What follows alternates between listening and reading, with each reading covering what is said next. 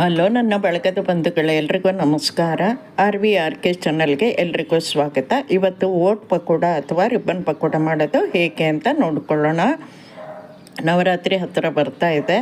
ಕೆಲವ್ರ ಮನೆಯಲ್ಲಿ ಗೊಂಬೆಗಳನ್ನು ಕುಡಿಸ್ತಾರೆ. ಸಾಯಂಕಾಲ ಮುತ್ತೈದೆಯರು ಬಂದಾಗ, ಮಕ್ಕಳು ಗೊಂಬೆಗಳನ್ನು ನೋಡ್ಕೊಳ್ಳೋಕೆ ಬಂದಾಗ ಈ ಥರ ತಿಂಡಿಗಳನ್ನು ಮಾಡಿಕೊಡೋ ಅಭ್ಯಾಸ ಇರುತ್ತೆ. ಅದರಲ್ಲಿ ಈ ಬಗೆಯನ್ನು ಒಂದು ಮಾಡ್ಕೋಬೋದು. ಸಾಯಂಕಾಲ ಕಾಫಿ ಟೀಗೂ ಒಳ್ಳೆ ಸ್ನ್ಯಾಕ್ ಇದು. 1 ಕಪ್ಪು ಅಕ್ಕಿ ಹಿಟ್ಟು ಹಾಕ್ಕೊತಾ ಇದ್ದೇನೆ. ಅರ್ಧ ಕಪ್ಪಷ್ಟು ಕಡಲೆ ಹಿಟ್ಟು ಹಾಕ್ಕೊತಾ ಇದ್ದೇನೆ. ಅರ್ಧ ಸ್ಪೂನ್ ಜೀರಿಗೆ ಹಾಕ್ಕೊಳ್ಳಿ. 1/4 ಸ್ಪೂನು ಅರಿಶಿನ, ಹಿಂಗಿನ ಪುಡಿ 1/4 ಸ್ಪೂನ್, 1 ಸ್ಪೂನು ಬಿಳಿ ಎಳ್ಳು ಹಾಕ್ಕೊತಾ ಇದ್ದೇನೆ. ಉಪ್ಪು ಒಂದು ಅರ್ಧ ಸ್ಪೂನ್ಗಿಂತ ಕಮ್ಮಿ, 1/4 ಸ್ಪೂನ್ಗಿಂತ ಒಂಚೂರು ಜಾಸ್ತಿ ಹಾಕ್ಕೊಳ್ಳಿ. ಈಗ ಸ್ಪೂನಿಂದ ಒಂದ್ಸಲ ಎಲ್ಲ ಕಲಿಸ್ಕೊಂಡ್ಬಿಟ್ಟಿಗೆ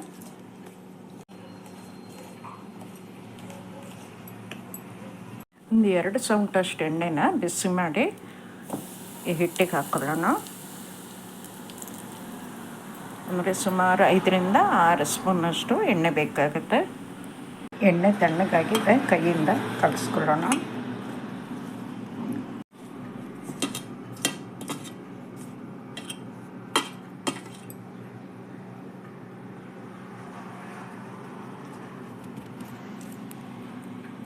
ಈಗ ಸ್ವಲ್ಪ ನೀರು ಹಾಕ್ಕೊಂಡು ಕಲಿಸ್ಕೊಳ್ಳಿ.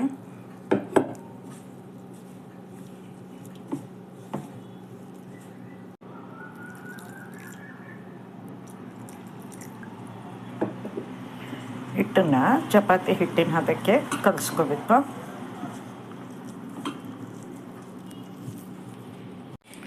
ಹಿಟ್ಟಿಗೆ ನೀರಾಗಿ ಕಲಿಸ್ಕೊಳ್ಳೋ ಮೊದಲು ಉಪ್ಪು ಸಾಕಾ ಅಂತ ಚೆಕ್ ಮಾಡಿ ನೋಡ್ಕೊಳ್ಳಿ. ನಾನು ಹಾಕ್ಕೊಂಡು ಉಪ್ಪು ಕರೆಕ್ಟಾಗಿದೆ.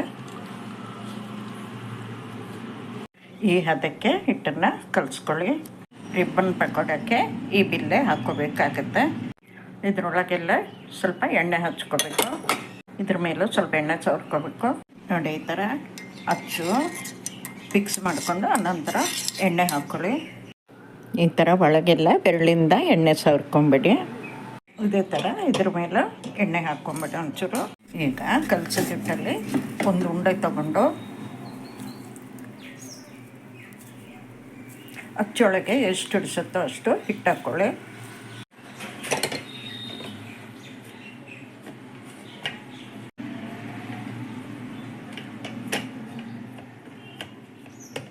ಎಣ್ಣೆ ಕಾಯ್ಲಿಕ್ಕೆ ಇಟ್ಟಿದ್ದೆ. ಈಗ ಎಣ್ಣೆ ಕಾದಿದೆ. ಪಕೋಡನ ಎಣ್ಣೆಯಲ್ಲಿ ಬಿಟ್ಕೊಳ್ಳೋಣ.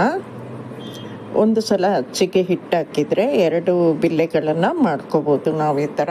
ನೋಡಿ, ಇದು ಬಿಲ್ಲೆ ಕಾದ ಮೇಲೆ ತಿರುಗಿಸಾಕಬೇಕು. ಒಂದು ಬದಿ ಕಾಯುವಾಗ ಇನ್ನೊಂದು ಬದಿ ತಿರುಗಿಸಾಕೊಳ್ಳಿ. ಈ ಥರ ಕಾಯ್ತಾ ಇದೆ. ಇನ್ನೊಂದು ಅರ್ಧ ನಿಮಿಷ ಆದಮೇಲೆ ತೆಕ್ಕೋಬೋದು.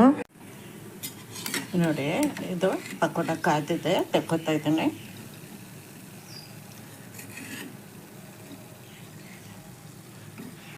ಇದೇ ಥರ ಎಲ್ಲ ಪಕೋಡಗಳನ್ನು ಮಾಡ್ಕೊಂಬಿಡೋಣ. ಇದು ಲಾಸ್ಟ್ ಟ್ರಿಪ್ ಹಾಕ್ಕೊಂಡಿದ್ದೀನಿ.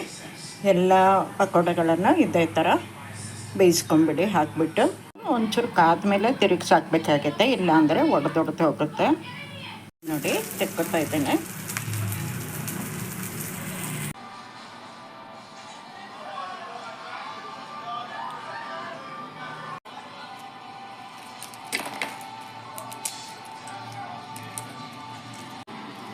ಕೈಯಲ್ಲಿ ಮುಟ್ಟಿದ್ರೆ ತುಂಡಾಗ್ತಿದೆ. ನೋಡಿ, ಅಷ್ಟು ಹಗುರ ಆಗಿದೆ.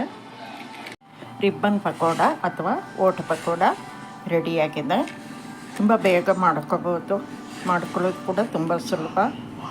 ಟೇಸ್ಟ್ ಅಂತೂ ತುಂಬ ಚೆನ್ನಾಗಿರುತ್ತೆ. ಎಳ್ಳನ್ನು ಹಾಕಿರೋದ್ರಿಂದ ನಡುವೆ ಬಾಯಿಗೆ ಎಳ್ಳು ಸಿಗುವಾಗ ತುಂಬ ಟೇಸ್ಟ್ ಅನಿಸುತ್ತೆ. ಈ ವಿಡಿಯೋ ನಿಮಗೆ ಇಷ್ಟ ಆಗಿದ್ದರೆ ಲೈಕ್ ಮಾಡಿ, ಶೇರ್ ಮಾಡಿ, ಕಮೆಂಟ್ ಮಾಡಿ. ಹಾಗೆ ನನ್ನ ಚಾನಲ್ಗೆ ಸಬ್ಸ್ಕ್ರೈಬ್ ಆಗೋದು ಮರಿಬೇಡಿ. ಧನ್ಯವಾದಗಳು.